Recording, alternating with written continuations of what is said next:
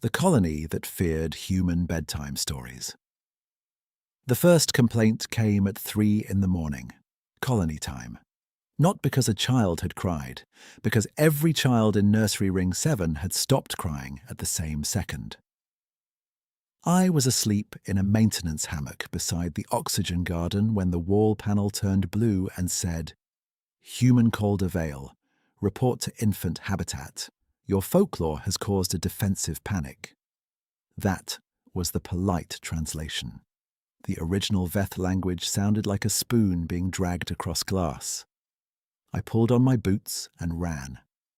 I was not a soldier or a diplomat or one of the heroic humans the outer colonies like to put in recruitment posters.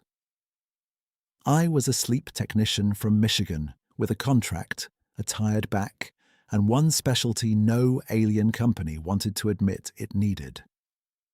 I knew how to get frightened children to sleep. Human kids, Yakari kids, luminous little core with 4 eyelids. I had worked with all of them. Routine, darkness, voice, rhythm. A safe story with a small danger inside it, so the mind could practice fear and put it away. That was why the Veth hired me.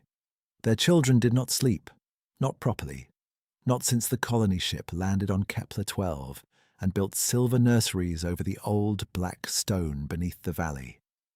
The adults blamed the gravity, the air minerals, the humming under the floor. I blamed their bedtime protocol. No stories, no pretend monsters, no shadows. Veth children were placed in silent pods and told, all is verified, all is harmless, rest. Of course they screamed. So I told them a human story, a gentle one, a lost mooncalf, a lantern in a storm, a little girl who found her way home by listening for her mother's song. 32 alien children curled into their blankets. 32 breathing monitors slowed, and then at exactly 3:07, every pod opened. Every child sat up. Every child spoke in English. "Tell it the ending," they said. The nursery lights died. By the time I reached Ring 7, 3 Veth security officers had their rifles aimed at babies. That sounds worse than it was, but not by much. Veth infants are the size of dogs, with translucent skin and little horn buds over the ears. When they are scared, they glow from the bones outward. The whole nursery looked full of blue lanterns. "Put those down," I said. Chief Lura turned all 4 black eyes toward me. "Your voice altered them." "My voice put them to sleep." "They are speaking your dead language." "English is not dead." "It is not their language." One child in the nearest pod lifted a 3-fingered hand and pointed under the floor. "It is listening," she said. The translation badge on my collar clicked, failed, clicked again. Laura whispered something to the officers. They lowered the rifles but did not holster them. I knelt beside the child. Her Veth name was a chord I couldn't pronounce, so she had chosen Mina from one of my old picture books. "Mina," I said softly. "Who is listening?" Her pupils widened until her eyes were all black. "The one you promised would wake if the children were lost." I looked at Laura. "I didn't promise that." "Human stories are promise-shaped," Mina said. I still remember that sentence because it did not sound like a child inventing words. It sounded like something older trying to speak through a small mouth and doing its best. Then the floor answered. A low tone rolled through the nursery. Not loud, not violent. It moved up through my boots and ribs, and every light in the ring bent toward the center of the room. The old black stone under the colony was not stone. It opened an eye. The official history said Kepler-12 had no native civilization, just ruins too smooth to study, tunnels too unstable to enter, and minerals that made scanners lie. The unofficial history was painted on the faces of every Veth adult in that nursery. They had built over something on purpose. Laura grabbed my sleeve and pulled me into the corridor. "You will stop this." "I don't know what this is." It is a nursery defense lattice, ancient, dormant, harmless unless activated. You built nurseries on top of an alien defense system? It was asleep. So were the children until I helped. That was unfair. I said it anyway. Fear makes people cruel in small, efficient ways. Laura's throat plates fluttered. Our scouts found inscriptions. We believe the system responded to threat calls from offspring. We removed all frightening stimulus. No games of pursuit, no predator toys, no stories. And the kids still couldn't sleep. Because the valley hums. She looked back through the glass. Because something under them waits for a child to ask for help. Inside the nursery, all 32 children turned their heads toward us. Mina spoke again. Tell it the ending. The floor tone deepened. Somewhere far below, metal unlocked in a chain. I wanted to say this was not my fault. Part of me still says that. But I had been proud when the children slept. Proud that my human way worked where their protocols failed. I had treated fear like medicine without asking what else might drink from the bottle. What ending? I asked. Laura did not answer. Mina did. The girl gets home, she said, or the dark comes up to find her. In my story, the lost girl heard her mother's song and followed it through the storm. I had stopped just before the reunion because Mina had yawned, and I thought the job was done. I had left a child in the dark. To a human brain, unfinished stories are irritating.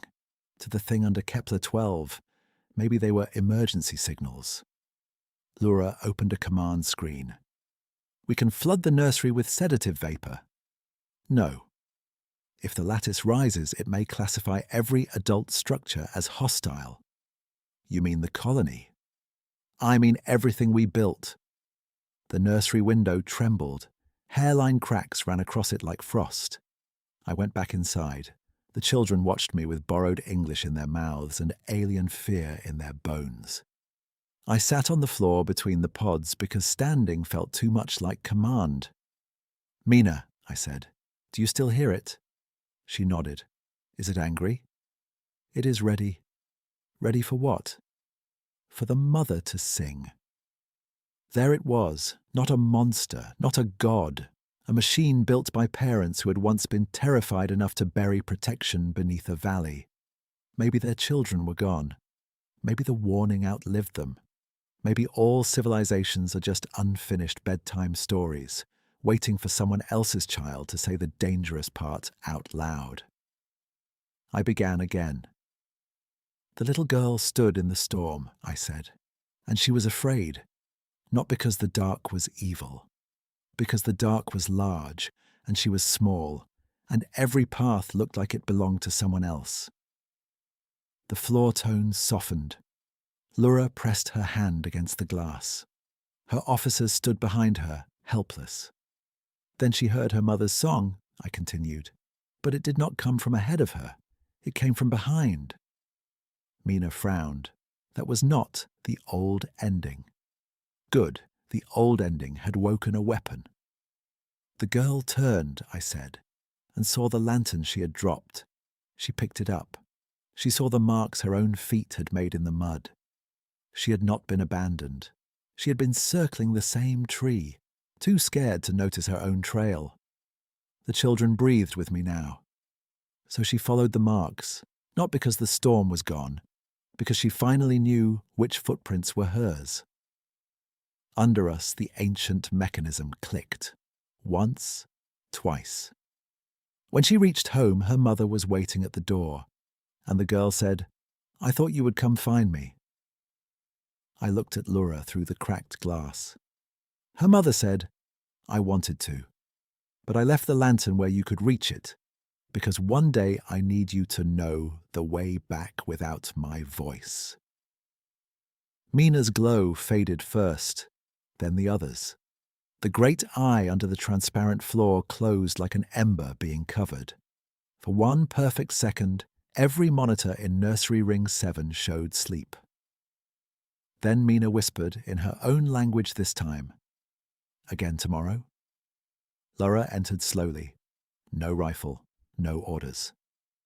Tomorrow, she said before I could answer. Human Calder will finish the story before leaving. The Colony Council sealed the lower tunnels by morning. Officially, there had been a resonance fault.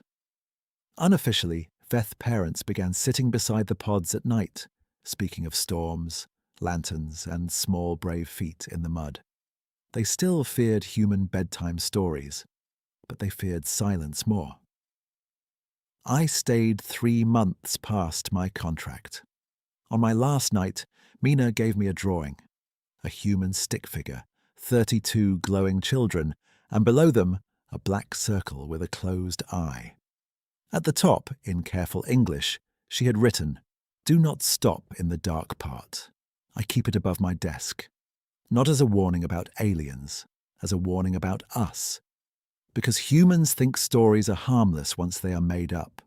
We forget they were invented for the opposite reason."